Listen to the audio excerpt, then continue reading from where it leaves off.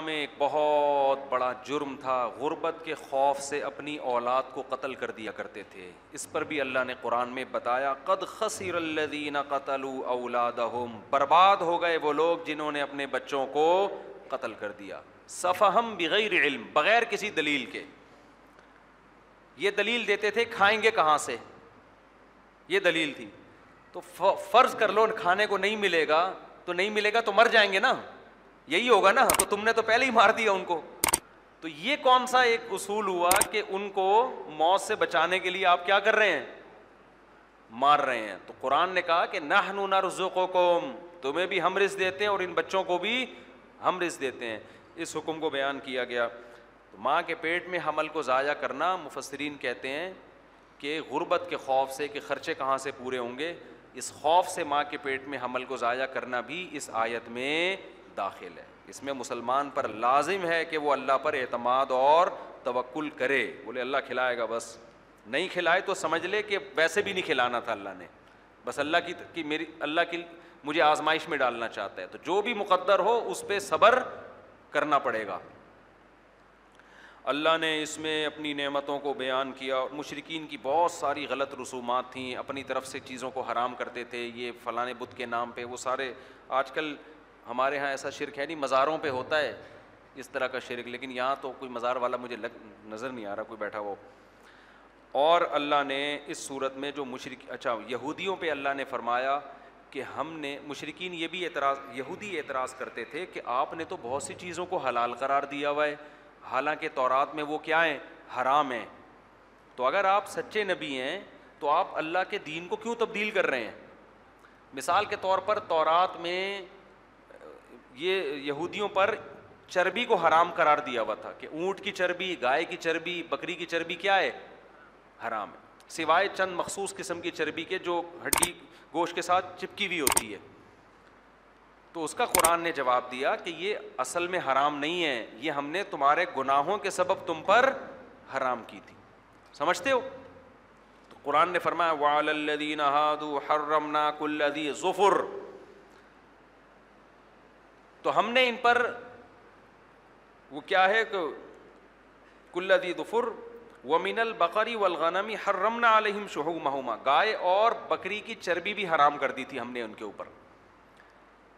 تو اس سے پتہ چلتا ہے کہ دیکھو گناہوں کی وجہ سے جو چیز حرام کی جاتی ہے وہ نعمت ہوتی ہے نا جو ان سے چھینی گئی ہے. اس سے ہمیں چربی کی نعمت ہونے کا بھی پتہ چلتا ہے کہ چربی اللہ کی اتنی بڑی نعمت ہے کہ یہودیوں کو گناہوں کی وجہ سے گوشت کھانے پر پابندی نہیں لگی. اللہ نے کیا کہا؟ چربی.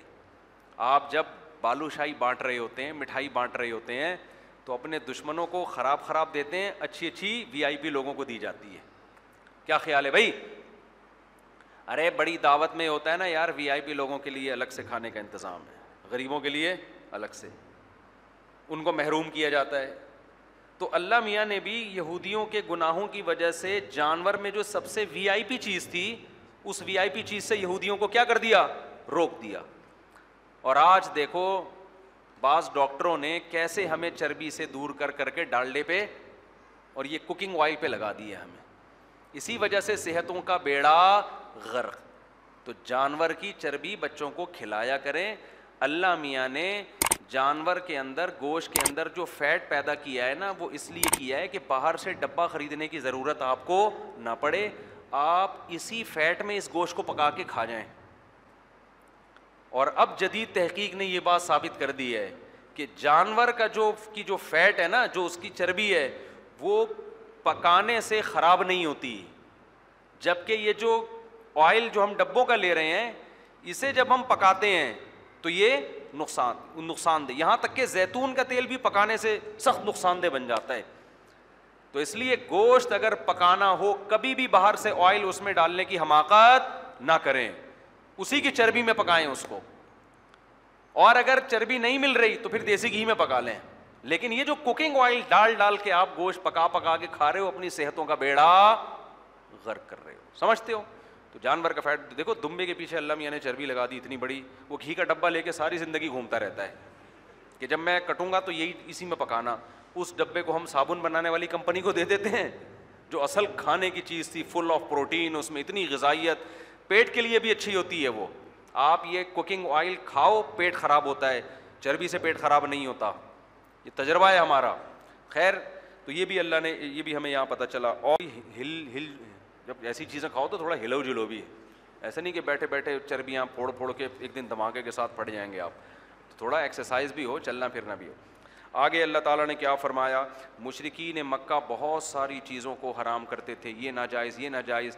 تو اللہ میاں نے سورہ انعام میں حکم دیا, فرمایا قل, اے نبی ان کو بتاؤ, تعالوا آؤ میں تمہیں بتاتا ہوں کہ اصل بچنے کی چیزیں کیا ہیں. یہ آیت آج بھی لوگوں پہ فٹ ہوتی ہے. کچھ لوگوں کا دین محرم میں ہے, بس محرم کے چند رسومات, کچھ کا دین ہے ربیع الاول کی چند رسومات, کچھ نے سفر میں, کچھ نے یہ, کچھ نے وہ. اللہ میاں نے ان آیتوں میں قصہ ہی تمام کر دیا کہ یہ تمہاری رسومات ہیں, ان چیزوں سے اللہ کو دلچسپی نہیں ہے. تو اے نبی قل, اے نبی ان سے کہہ دو, تعالوا آؤ آؤ, اتلو میں تمہیں پڑھ کے سناتا ہوں, ما حرم ربکم علیکم, تمہارے رب نے کن چیزوں کو حرام کیا, کن چیزوں سے وہ ناخوش ہوتا ہے. یہ کام کرو گے تو خدا ناراض ہو جائے گا. کتنا اچھا انداز ہے, وہ جلدی سے پڑھ لیتا ہوں میں. اللہ تشرکوا بہ شیئا, پہلی بات اللہ کے ساتھ کسی کو شریک نہ کرو. وبالوالدین احسانا, اللہ کے بعد سب سے بڑا حق کس کا ہے؟ والدین کا. والدین کے ساتھ اچھا سلوک کرو.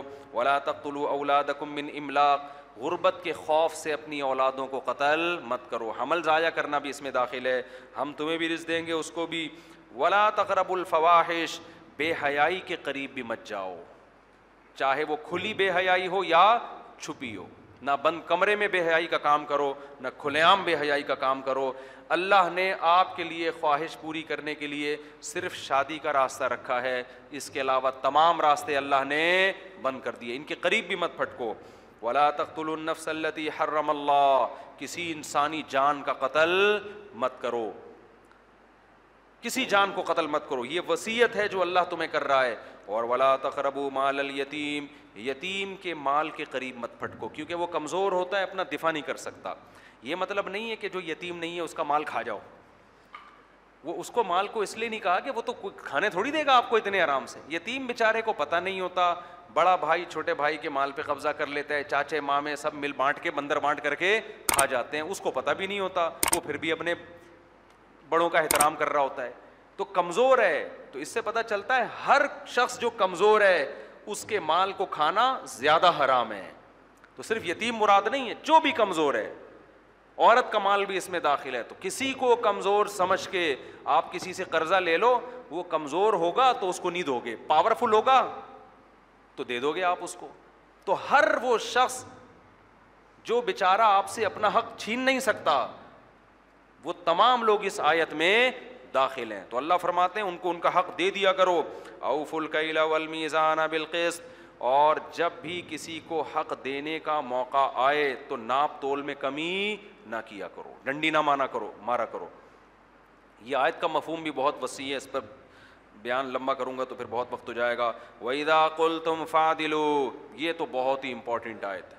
جب بھی بات کرو عدل کا دامن نہ چھوڑو. کوئی تبصرہ, کوئی کمنٹس, کسی تنظیم کی حمایت کرنی ہے, مخالفت کرنی ہے, کسی سیاسی لیڈر کو صحیح قرار دینا ہے, غلط قرار دینا ہے, کسی پر الزام لگانا ہے یا الزام سے بری قرار دینا ہے, کوئی تبصرہ کرنے سے پہلے عدل کا دامن نہیں چھوڑنا ہے. اس لیے نہیں کہ میری پارٹی کا لیڈر ہے تو اس کا ہر گناہ اچھا ہے, اور دوسری پارٹی کے لیڈر کی ہر تقریر یہودی ایجنٹ اور یہودی سازش ہے. آج یہی ہو رہا ہے معاشرے میں, اپنے والے کے ہر جرم پہ پردہ, اس کی ہر بات کو لاجک تلاش کرنی ہے, اور دوسرے والے کے ہر اچھے کام کو بھی کیا قرار دیا جاتا ہے؟ برا. یہ سب کر رہے ہیں, میں کسی کی نہ حمایت کر رہا ہوں نہ مخالفت. تو اللہ فرماتے ہیں اذا قلتم فعدلوا, عدل. اسی شروع میں کیا فرمایا؟ لا یجرمنکم شنآن قوم علی الا تعدلوا, کسی قوم کی دشمنی میں انصاف کا دامن نہ چھوڑو. اگر تم مہاجر ہو تو پٹھانوں یا پنجابیوں کی مخالفت میں ایسے الزام نہ لگاؤ جو ان میں نہیں ہیں. اگر تم پٹھان ہو تو مہاجر یا پنجابی کی مخالفت میں ان کے لیڈر پہ ایسے الزام نہ لگاؤ جو ان میں نہیں ہے. کل میری بحث ہوئی کسی صاحب سے, وہ کسی لسانی تنظیم میں تھے, اپنی تنظیم کے بڑے کو نا بڑی تعریفیں کر رہے تھے, میں نے کہا بھائی یہ تعریفیں بنتی نہیں ہیں, آپ جس قوم پرست تنظیم کی بات کر رہے ہو ان کے لیڈر میں یہ ٹیکنیکل فالٹ ہے, لیکن ہر ٹیکنیکل فالٹ کے پیچھے انہوں نے لاجک تلاش کی ہوئی ہے. میں نے کہا پھر میں دعا کرتا ہوں قیامت میں آپ کا حشر اسی لیڈر کے ساتھ ہو. ایک دم نہیں, اللہ نہ کرے میرا حشر اس لیڈر, یہاں آ کے چپ ہو جاتے ہیں ایک دم. تو اپنے لیڈر کی اتنی حمایت کرو جتنی قیامت کے دن افورڈ کر سکتے ہو, سمجھتے ہو, افورڈ کر سکتے. تو چترول اس کو بھی لگیں گے اور پھر تمہیں بھی طبیعت سے لگیں گے. اگر آپ کو اس کے بارے میں معلوم نہیں ہے چپ ہو جاؤ. کوئی کہتا ہے یہ ایسا ہے یہ ایسا, بولو بھائی ہمیں نہیں پتا یار, مجھے بالکل معلومات اس بارے میں نہیں ہے. ووٹ جس کو سمجھ میں آتا ہے جا کے دے دو, لیکن عدل کا دامن نہ چھوڑو. اسی طرح خاندانی جھگڑوں میں آپ کی بیٹی کا جھگڑا ہو گیا آپ کے داماد کے ساتھ, آپ کو پتہ ہے غلطی میری بیٹی کی ہے, لیکن آپ پھر بھی سائڈ کس کی لے رہے ہو, اپنی بچی کی. تو اذا قلتم فعدلوا, اس کا مطلب آپ انصاف سے کام نہیں لے رہے. غلطی آپ کے بیٹے کی ہے پھر بھی مخالفت بہو کی کر رہے ہو, اس کا مطلب آپ انصاف سے کام نہیں لے رہے. تو یہ اللہ کا حکم ہے. لیکن آج ہمارا سارا دین محرم, سفر, ربیع الاول, ربیع الثانی, جمادی الاولیٰ, جمادی الثانی, ان چیزوں میں گزر رہا ہے. سمجھتے ہو نا, محرم کے الگ پروگرام ہوتے ہیں, سفر کے الگ پروگرام ہوتے ہیں, ربیع الاول کے الگ پروگرام ہوتے ہیں. تو یہ سارے پروگرامنگ میں جو کرنے کے کام ہیں ان چیزوں سے ہم غافل ہو چکے ہیں. تو اللہ نے فرمایا بات جب بھی کرو انصاف کی بات کرو. اور اللہ نے کیا فرمایا, جلدی جلدی پڑھ لوں میں, وَلَوْ كَانَ ذَا قُرْبَىٰ, فرمایا اگر تے وہ تمہارے رشتہ دار کے اگینسٹ ہی کیوں نہ جا رہی ہو. یہاں تک قرآن نے دوسرے مقام پہ کہا تمہارے باپ اور ماں کے خلاف کیوں نہ جا رہی ہو. ماں باپ کا بڑا حق ہے, لیکن جب آپ سے بات پوچھی جائے گی تو آپ نے جو حقیقت ہے اس کو بیان کرنا ہے, چاہے وہ آپ کے باپ اور ماں کے اگینسٹ جا رہی ہو. ایسے موقع پہ شریعت نے باپ اور ماں کا حق بھی ساقط کر دیا ہے. تو باقیوں کا, لیڈر کا حق کہاں سے ہوگا, آپ کے سیاسی لیڈر کا, اس کو کہاں سے اتنا پروٹوکول دے رہے ہو. تو آگے اللہ نے کیا فرمایا, وَبِعَهْدِ اللَّهِ أَوْفُوا, اللہ سے کیے ہوئے ایگریمنٹ کو بھی پورا کیا کرو. بہت سے لوگ توبہ بھی اللہ سے کیا ہوا ایگریمنٹ ہے, اللہ میں تجھ سے معاہدہ کرتا ہوں کہ آئندہ یہ گناہ نہیں کروں گا. تو اس ایگریمنٹ کو کیا کرنا ہے, پورا. بعض دفعہ کوئی مصیبت آتی ہے, انسان اللہ سے معاہدہ کرتا ہے اللہ یہ دور کر دے, میں آئندہ تیری عبادت کروں گا, اللہ نے دور کر دی, پھر پیچھے ہٹ گیا. تو معاہدے کی پابندی کرنی چاہیے. اور